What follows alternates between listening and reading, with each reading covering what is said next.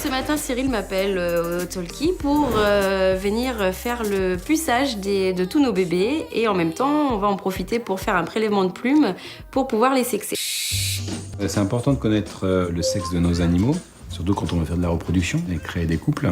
C'est bien de savoir à qui on a affaire. D'abord, il faut prélever quelques plumes devant, au niveau du ventre de l'oiseau, pour envoyer à analyser dans un laboratoire. Et en fonction de l'ADN, ils peuvent nous dire si on a affaire à un mâle ou une femelle. Et tu lâches? Bah oui, on lâche les quartz là.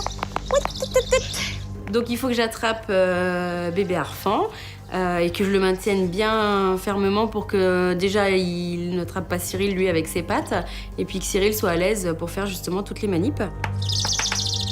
Donc évidemment il est pas très content, il claque un peu du bec mais bon c'est un mauvais moment à passer, ça dure pas longtemps. Petite épilation.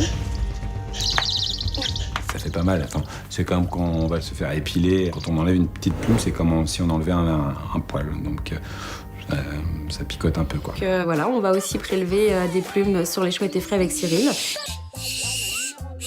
Numéro 2. Qui chointe énormément comme d'habitude. Même quand on l'attrape comme ça et qu'on lui fait des misères, elle chointe toujours. Elle est quand même très bavarde. Donc voilà, ça se passe très bien. Cyril lui prélève quelques plumes, lui pose la petite puce. Ça remplace la bague pour un oiseau. Enfin, c'est un peu l'équivalent du tatouage pour le chien. Enfin voilà, c'est une manière de reconnaître l'oiseau. On a hâte de connaître le sexe de ces 3 bébés puisque pour l'instant, les pauvres, on les appelle par des numéros en fonction de la date de naissance. Donc la plus vieille s'appelle numéro 1, l'autre numéro 2 et ensuite numéro 3. Bon, nous, ça nous permet de les différencier quand on parle d'elles, mais ce sera quand même plus agréable avec des vrais prénoms. On devrait avoir les résultats au bout d'une petite semaine.